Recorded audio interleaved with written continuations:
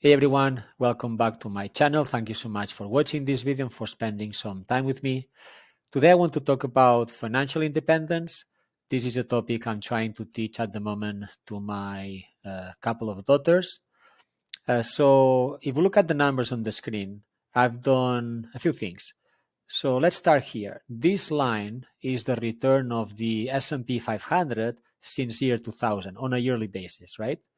And so year 2000, it went down to 10%, then it went down 13%, then it went down 23%, then it went up, then it went up again, up again, up again, and so on and so forth.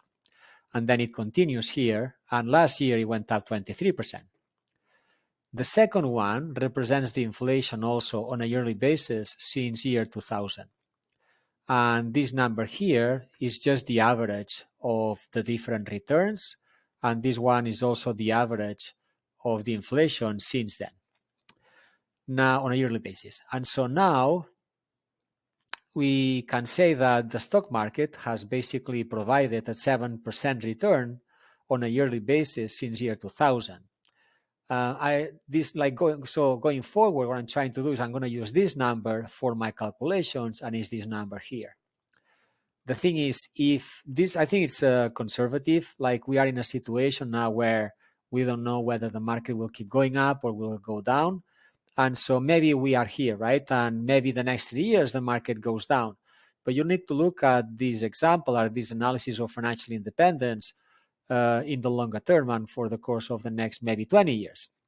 And so on average, that market will go up potentially, or will continue to go up if it behaves the same as since the past 23 years, 24 years, about 7% on a yearly basis. If you just take, for example, the last few years, this number, let me move this out of the way. This number represents about 11%. Instead, if you said, okay, I'm going to take all these numbers after the crisis in year 2000, they represent also 11%. If you take the numbers since 2019, that's 15%. Since 2017, that's 13%. Since 2015, that's 11%. So most of the time, if you select a bunch of years for the analysis, it's going to be above 7%. Unless, obviously you take these three numbers, it will be like minus 15% on a yearly basis. But you need to include, a period of time that is long enough to try to represent that growth over the next few years. So let's use that 7%. Now, financial independence is reached when you have enough money invested that it generates money for you, either in the stock market or somewhere else, that you don't have to worry about working 9 to 5. Whatever you generate for that year, you can spend it for your expenses, because your expenses will match that amount or will be below that amount. So you don't have to worry about money anymore. So in this example, I'm taking an example of a gross income for a couple that is $75,000. I took that number from this report. This was published by the Census Institution. That's a governmental institution. And here it says that the household income was $75,000 in 2022. So let's come back here. That's why in this example, I'm using $75,000 for my scenario. And this is representing a couple. They are 25 years old. They have income together for those $75,000. They are investing, let's say, $10,000 to their 401k. They have to pay, just as an example, 12% taxes out of those $75,000.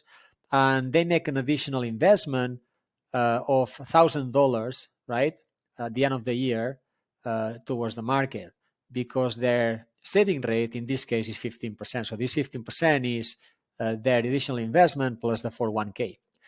And so now this couple, they don't have any initial wealth. So they're starting from the beginning. And what this is saying, right, if you reinvest that money in the market and that market generates 7% growth on a yearly basis on average, that means that if we go to this amount here, by year 26 years later, right, when they'll be 51, they'll reach financial independence if they keep these expenses. And so you could say, well, you are not considering inflation in these numbers. That's right. But I'm also considering that this gross income will be stable for those years, right? So there's not going to be additional income coming in. So this is an example. I just want to simplify, and there are other considerations that we could take into account. But in this case, yes, I'm not, including inflation in these numbers the same way we are not including any changes in gross income going forward. And so anyway, what this is saying is that by year, when they are 51, actually, they'll be able to reach financial independence because, they'll be still spending those $55,000 and they are generating more. Their wealth is generating more than that, so they can just use that extra money to keep living going forward. And so the second example I have here is this one, right? So let's suppose that this is a different family, and that this family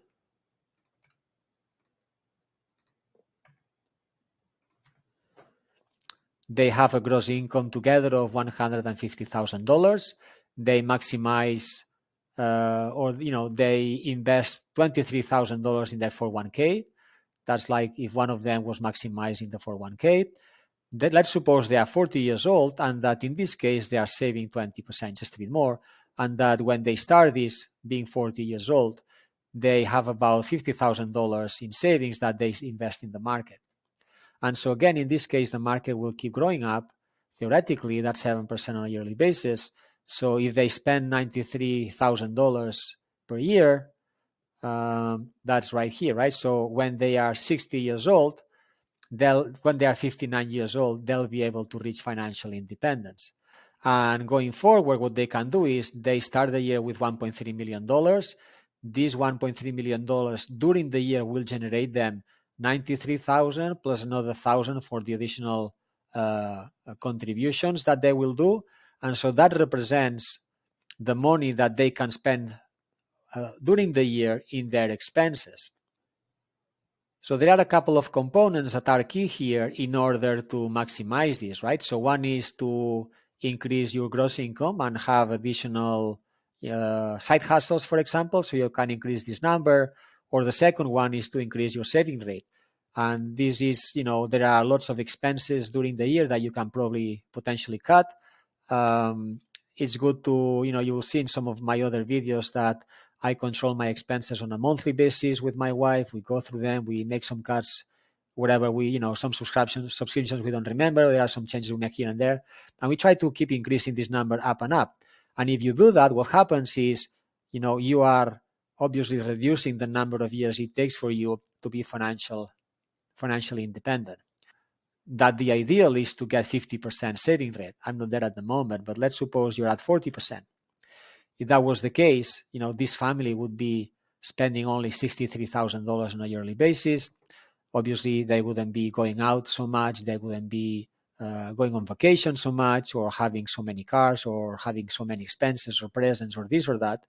And if you do that, what happens is, in this case, 63,000 brings you right here, right? So in 10 years, this family could be this couple could be financially independent.